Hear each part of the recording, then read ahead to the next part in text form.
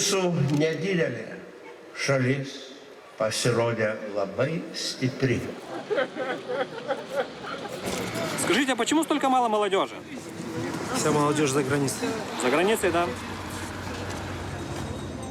Сегодня вас 57 покинет наши пенаты, чтобы мир получил прекрасных граждан Литовской Республики. Aš manau, kad valdžiai iš pradžių pirmiausia žiūrėti į visaginiečius kaip į lietuvius etninius.